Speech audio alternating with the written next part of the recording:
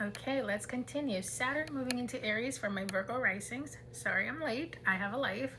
But let's finish out this series because it's too good. So for you, my love, Saturn is moving into Aries, which is in your 8th house. The 8th house is a little tricky because it has to do with Scorpio things. So sex, death, money, debt, the taboo, that type of stuff. And Neptune has also been hanging out in Aries for a few weeks. So we have to talk about both Saturn, Neptune, the 8th house, Aries, and Scorpio. Let's get into it. So money, power, intimacy, all of that is going to come to the forefront. It's going to be audited, if you will. On the Neptune side, there's going to be a lot of illusions that are going to fall away, especially in this area of your life.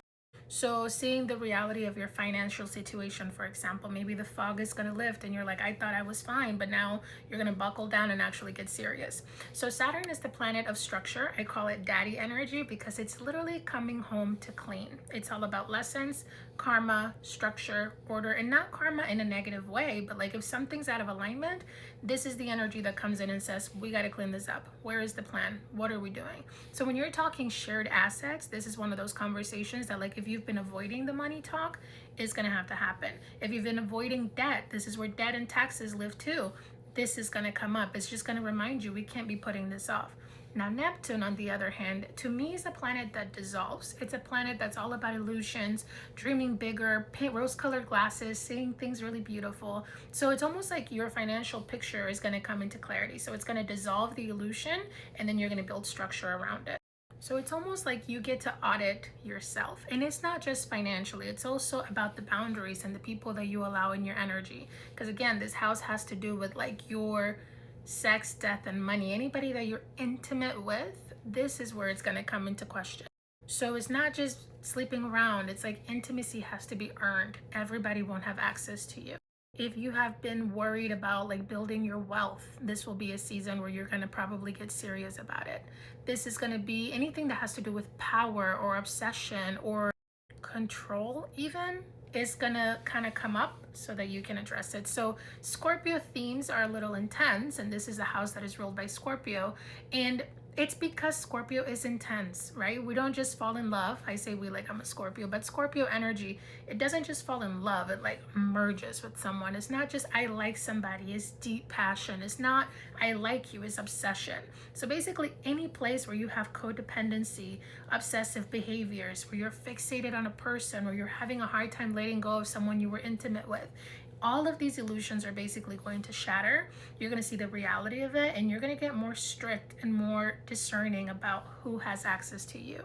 I'll be honest, this is the house of transformation. So over the next 2.5 years, that is exactly what's going to happen. This is not surface. This is not soft. This is, we are going to go to the depths of it, and we are going to pull it from the root. We are not going to keep this issue in our life. So if you struggle with surrendering control, life is going to force you to release control. You're not going to assume master. You're not going to assume trust. You're not going to assume that people get it. You're going to communicate your boundaries. You're going to be more direct. You're going to almost tap into that assertiveness of like, everybody doesn't have access to me. So if we're talking money, we're talking looking at the clear picture, we're talking setting a budget, we're talking actually I'm building wealth, this is what it looks like, these are the steps I have to take.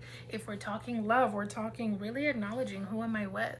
We're going to stop sacrificing and feeling like it needs to be all-consuming type of love. Like if you have to sacrifice your self-worth, your values, your beliefs to be with anybody, they're not for you.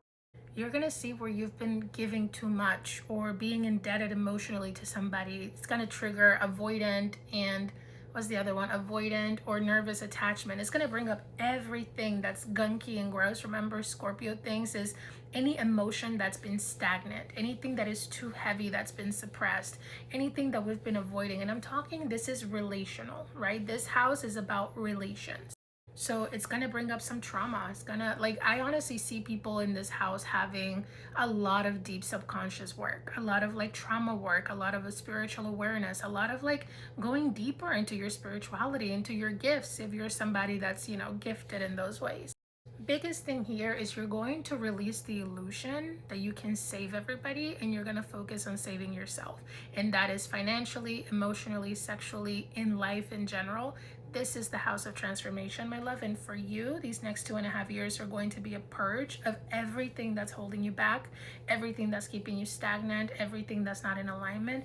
The beauty of this house is if you do it right, a lot of money comes your way. If you do it right, you're going to open up a new level of spirituality. If you do it right, you're going to embrace relationships that are very sensual and connected, but they just feel different because they fuel your soul. You don't have to sacrifice.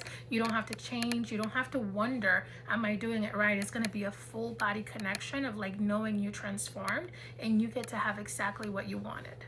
So the biggest thing I would say here is learn to be honest with yourself. Trust the transformation. Don't fight it. You are going to be reborn kind of like a phoenix through being honest with yourself, through being accountable with yourself.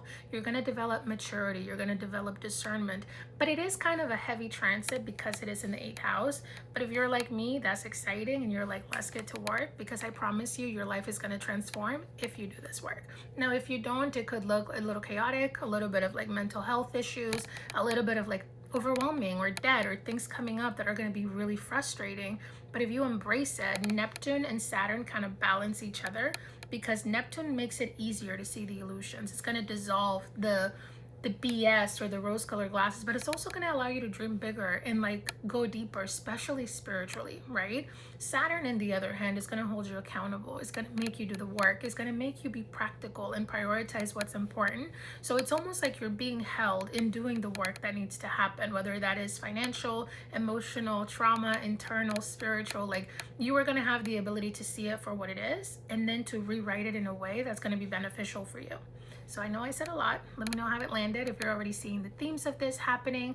Just because I know Saturn and Neptune have been interacting for a while, you got a taste of it last May of 2025. Now it's basically together. It's going to be direct here this week. But I'm already feeling it on my end. I'm curious if it's landing for you. Let me know if you have any questions in the comments. Also, if you're interested in learning astrology, I'm going to be hosting classes for beginners so that you can interpret this all by yourself. So if you're interested, comment me and I'll share that link with you.